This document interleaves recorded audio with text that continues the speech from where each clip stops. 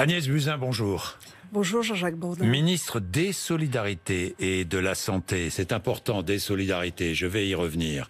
Le coronavirus, le bilan en Chine, 490 morts ce matin. En France, toujours 6 cas, Agnès Buzyn ? Toujours 6 cas.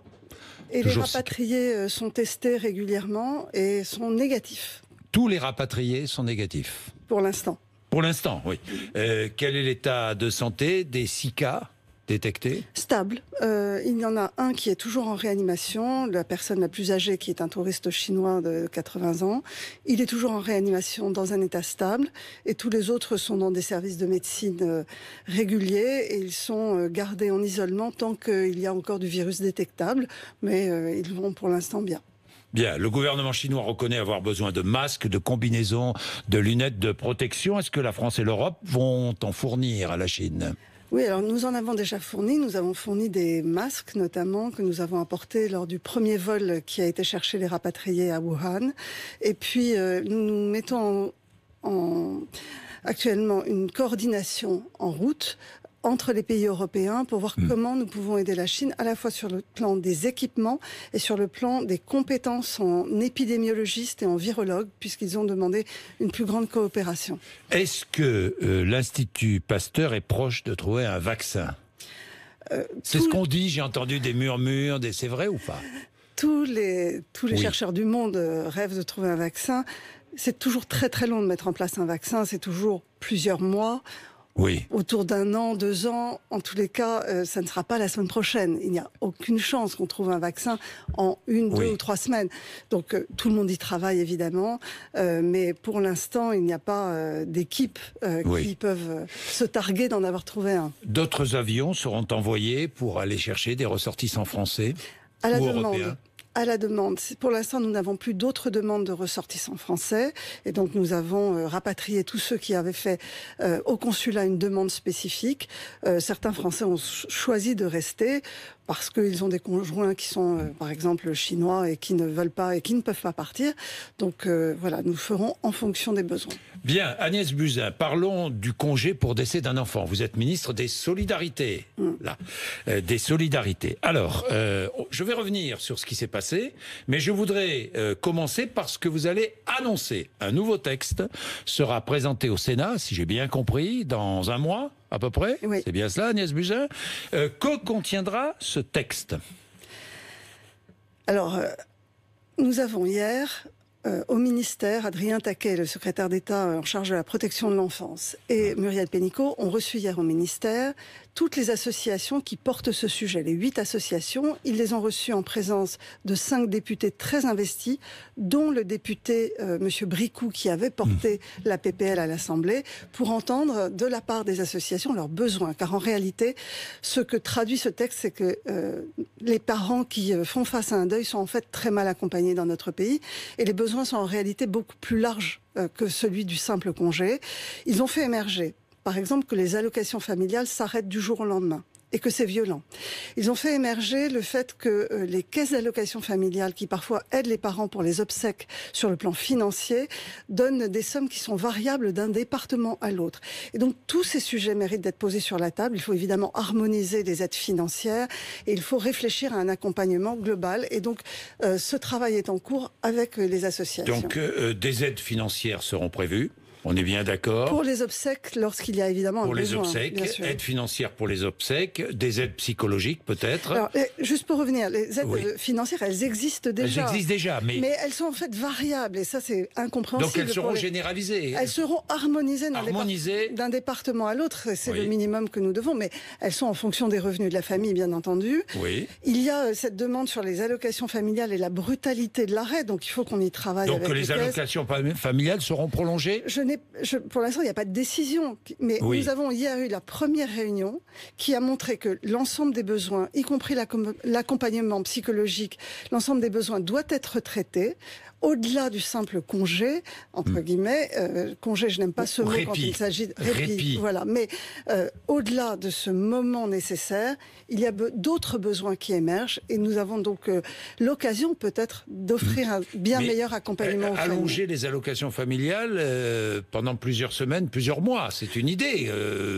En tous les cas, nous attendons de travailler avec eux. Ce qui compte, c'est qu'on réponde aux besoins et qu'on soit... Sur le répit, est-ce qu'on pourrait passer de 5 à 12 jours? C'est en discussion, ou plus. Tout cela est en train d'être travaillé. Vous êtes favorable? Moi, je suis... Il se trouve que dans ma vie professionnelle, j'ai malheureusement beaucoup rencontré de familles en deuil pour des enfants. Ça a été mon métier, vous le savez. Oui, je sais, oui. Et en réalité, les besoins sont très variables d'une famille à l'autre. Certaines familles ont besoin de beaucoup de temps pour se reconstruire. D'autres, en fait, demandent à revenir dans la vie active.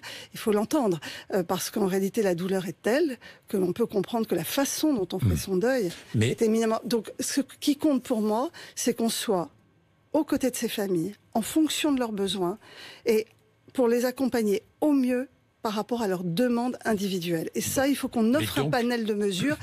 Donc il y aura possibilité d'un répit allongé, au-delà de 5 jours. C'est en discussion aujourd'hui avec les associations. Vous y êtes favorable ou pas?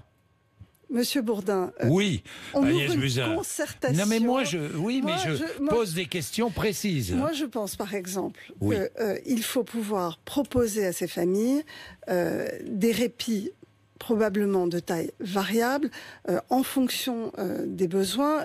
Par exemple, la proposition de loi accorder un répit pour les deuils d'enfants mineurs. On voit bien que de perdre un enfant de 20 ans alors qu'il est majeur, pose les mêmes problèmes, évidemment, à une famille. Laissez-nous travailler, je dirais, avec les associations en fonction de leurs besoins et de leurs demandes pour offrir à l'arrivée le texte le plus complet possible et le plus approprié à ce que demandent les gens. Bien, sur ce sujet, le gouvernement a commis une erreur, c'est ce qu'a dit le Premier ministre. Les députés, peut-être de l'amateurisme, de la légèreté. Pourquoi? Où sont les erreurs? Que s'est-il passé? Pour revenir sur ce qui s'est passé, Agnès Buzyn, je n'ai rien vu venir, je ne sais pas. Que s'est-il passé? Moi, je veux savoir. Je n'ai pas envie de refaire l'histoire ou refaire le match. D'abord, je comprends l'émoi des Français par rapport à un texte qui paraît effectivement simple ou une question qui paraît simple et qui a fait l'objet de débats en commission et qui a été travaillé, mais qui a été traité sous un angle qui peut effectivement choquer ou surprendre. C'est clairement une erreur d'appréciation et de prise en compte en fait de ce que représente cet moment de deuil pour la société. Donc il faut qu'on travaille pour faire mieux. Je l'ai dit, le travail c'est probablement un accompagnement de meilleure qualité sur l'ensemble des pans psychologiques, avec moins d'amateurisme et de légèreté, quoi. En tous les cas, non, mais ce qui nécessite concertation. En fait, ce que cela pointe aussi, c'est que la concertation est utile. C'est qu'aujourd'hui, au-delà du simple congé ou répit qui avait été demandé dans cette proposition de loi, les associations, en réalité, réclament d'autres choses, et c'est là-dessus que nous allons aussi travailler. Bien, la réforme des retraites lundi, des médecins libéraux, mais aussi des kinés, des infirmiers, des infirmières ont manifesté avec les avocats et d'autres professions contre cette réforme. La retraite à points met-elle fin au régime autonome des médecins, des infirmières? Oui ou non? Oui, c'est la fin des régimes autonomes. C'est la fin des régimes autonomes. Alors, ce sont des régimes autonomes depuis 1945. On sait pourquoi. Oui. Si vous me laissez juste... Alors, allez-y. L'objectif de ce système universel des retraites, c'est que la totalité des Français soient solidaires les uns avec les autres. C'est-à-dire que nous serons tous dans un système où nous serons tous traités à la même enseigne. Et donc, l'autonomie des régimes qui fait qu'on a un régime par profession disparaît et se fond au sein de ce système universel. Ça, on a compris. Voilà. Bon, mais Agnès Buzyn, je me mets à la place des médecins ou des avocats ou, je sais pas moi, des kinés qui ont fait des réserves avec leur régime autonome. Par exemple, pour les médecins, ces réserves atteignent 7 milliards 700 millions d'euros. Que va devenir cet argent? Les réserves restent aux professions qui les ont accumulées. Donc ça a été clairement dit, clairement signifié. Alors, ces réserves restent aux professions et elles serviront à quoi? Elles vont servir à l'accompagnement des périodes de transition, par exemple. On peut imaginer que sur une transition de 10 ou 15 ans, pour progressivement amener les taux de cotisation au taux de 28% par exemple, eh bien il va falloir que les réserves aident les professionnels progressivement à rentrer dans le régime universel. Donc aujourd'hui, nous laissons totalement la main aux professions et dans le cadre des concertations sur la transition, les phases de transition, nous verrons si ces réserves peuvent être utiles aux professionnels eux-mêmes. Et donc, ces réserves ne rentrent pas dans un fonds de réserve général.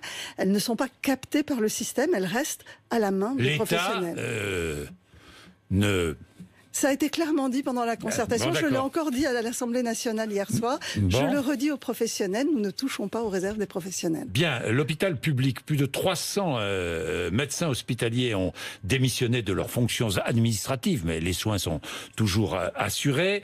Protestation contre les restrictions budgétaires. Alors, vous avez promis des primes, des rallonges budgétaires, des reprises de dettes. C'est pour quand, tout ça ? Alors ça démarre, il fallait que le financement de la sécurité sociale soit voté en décembre, et donc c'est fait.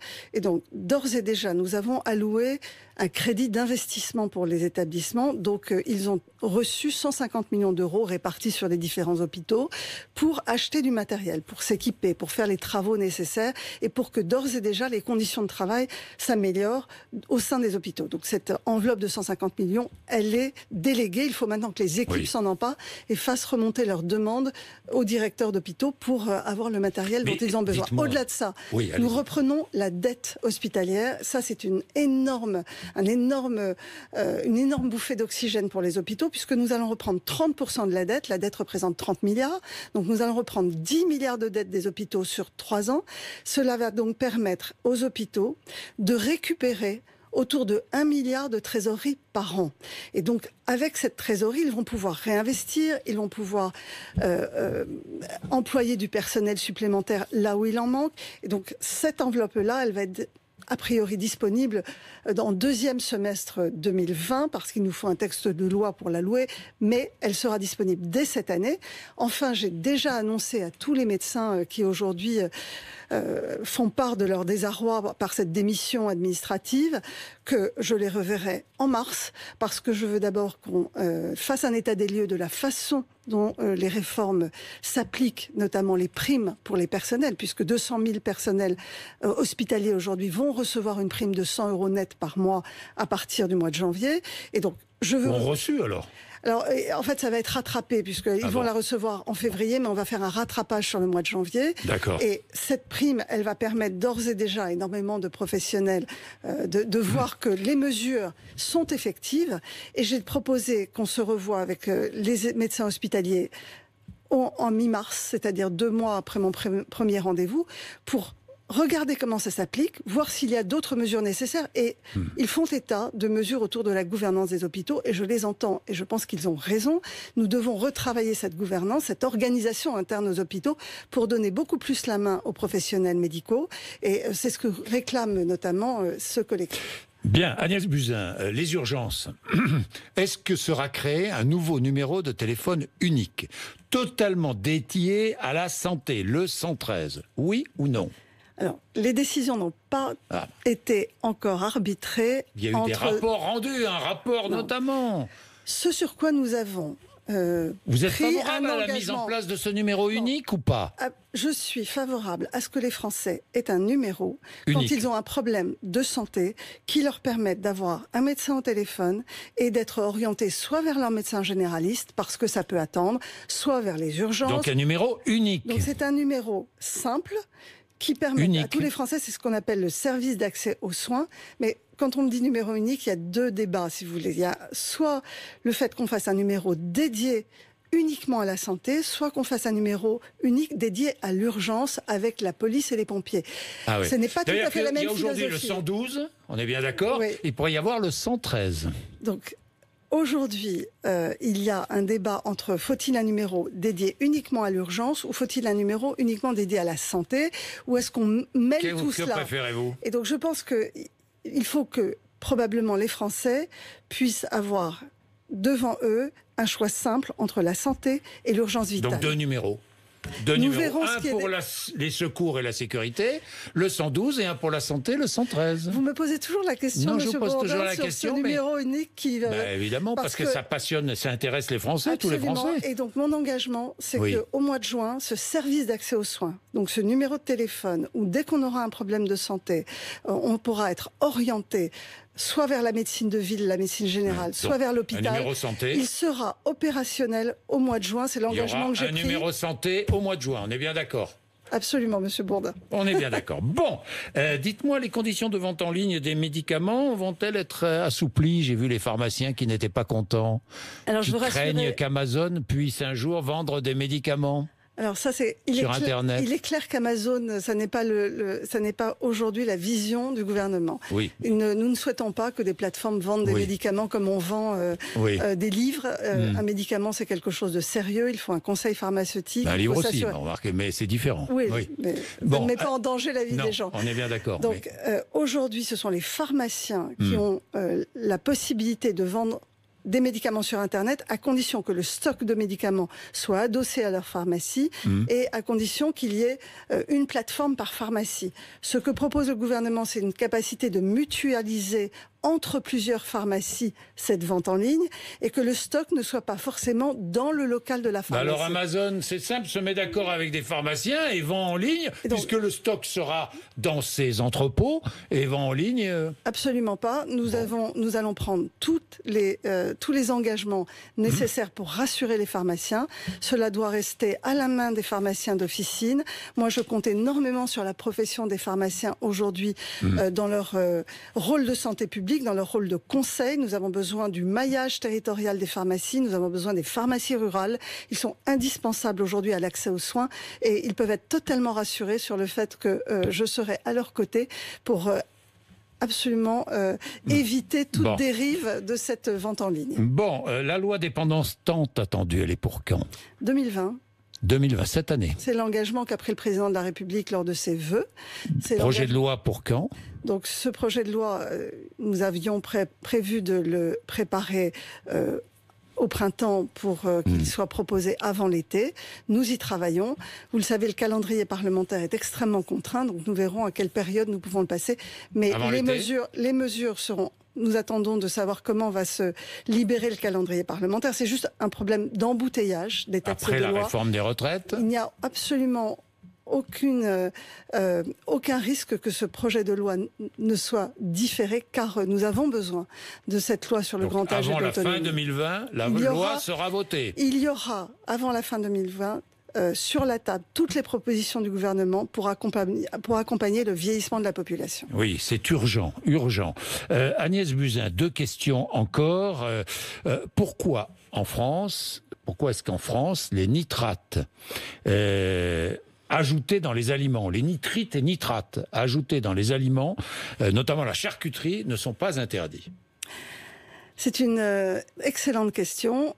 Aujourd'hui, il y a un doute sur la toxicité des nitrates, notamment dans la charcuterie.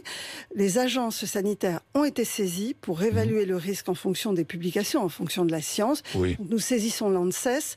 L'ANSES doit nous rendre un rapport pour nous dire si c'est un risque réel ou si le risque est lié à autre chose. Et donc nous attendons l'avis de l'ANSES. S'il y a le moindre risque, interdiction. Évidemment.